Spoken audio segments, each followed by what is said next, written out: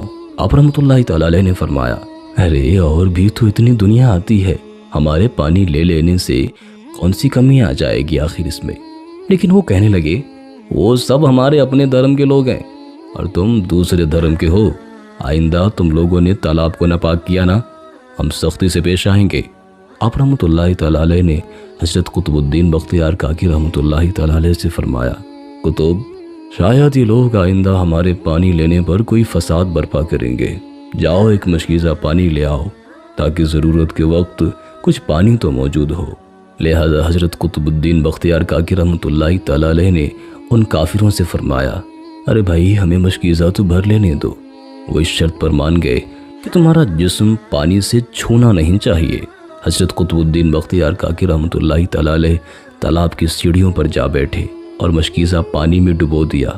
جب وہ بھر گیا، حضرت قطب الدین بختیار کاکی رحمۃ اللہ تعالی علیہ نے وہ مشکیزہ اوپر کھینچ لیا، لیکن جو ہی مشکیزہ پانی سے باہر آیا تو انا ساگر کا سارا پانی سوکھ چکا تھا، گویا سارا کا سارا انا ساگر مشکیزے میں بند ہو گیا تھا۔ انا ساگر کا خشک ہونا تھا کہ پورے اجمیر میں کوہرام مچ گیا، اور وہ رو رہے تھے کہ ہم جو گناہوں کی گٹھری لاتے ہیں اور انا ساگر میں نہا کر کے ان سے چھٹکارا پا لیتے ہیں، اب ہم گناہوں کا بوجھ لیے کدھر جائیں گے؟ سارے علاقے میں خبر پھیل گئی کہ مسافر فقیر نے جادو کے زور سے انا ساگر کو خشک کر دیا ہے۔ راجہ اس نئی صورتحال سے بے حد پریشان تھا۔ اس نے اپنے وزیروں کو بلایا، سب نے یہی کہا کہ فقیر یا تو جادوگر ہے یا پھر واقعی کوئی کامل فقیر ہے۔ ساتھ ہی وہ پریشان بھی ہوئے کہ اجمیر کی رونق تو تھی ہی انا ساگر کے دم سے، اسی کی وجہ سے لوگ دور دور سے اجمیر آتے تھے اور اپنا ایمان تازہ کر کے لوٹ جاتے تھے۔ انا ساگر کے خشک ہو جانے سے ہندو دھرم کی تبلیغ کو بہت بڑا دھچکا لگے گا، اور یہ بہت تشویشناک بات تھی۔ آخر طے پایا کہ فقیر سے مذاکرات کیے جائیں۔ آخر وہ چاہتا کیا ہے؟ اگر اس کے مطالبات معقول ہوں گے تو تسلیم کر لیے جائیں گے، یا پھر سب مرد عورتیں بچے جا کر کے فقیر کی منت سماجت کریں گے کہ آپ ہی لوگوں کو پریشانی سے نجات دلاؤ اور ہم پر کرم کر دو، ہم آپ کا بوجھ اٹھائیں گے۔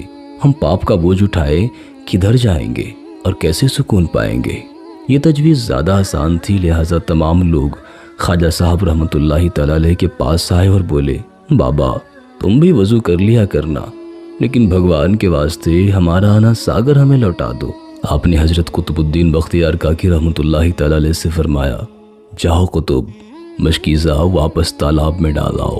جو ہی مشکیزہ تالاب میں الٹا گیا، انا ساگر کناروں تک آ گیا۔ اس پانی نے کئی دلوں کو دھو ڈالا تھا۔ ہندو قوم کی اپنی تاریخی کتابوں میں بھی ہندو اتہاسکاروں نے اس بات کو تسلیم کیا ہے کہ اس شام 32,000 ہندو کلمہ پڑھ کر مسلمان ہو گئے تھے۔ ان ہندوؤں کے مسلمان ہو جانے سے ہندو پنڈتوں اور عام ہندوؤں میں بھی غم و غصہ کا طوفان اٹھ کھڑا ہوا تھا۔ وہ سوچ میں پڑ گئے تھے کہ فقیر اگر کچھ دن مزید رہ گیا تو دیوی دیوتاؤں کا تو کوئی نام لینے والا بھی نہیں رہے گا۔ لہٰذا لوگوں نے راجہ کو مجبور کیا کہ جلد سے جلد کچھ کیا جائے۔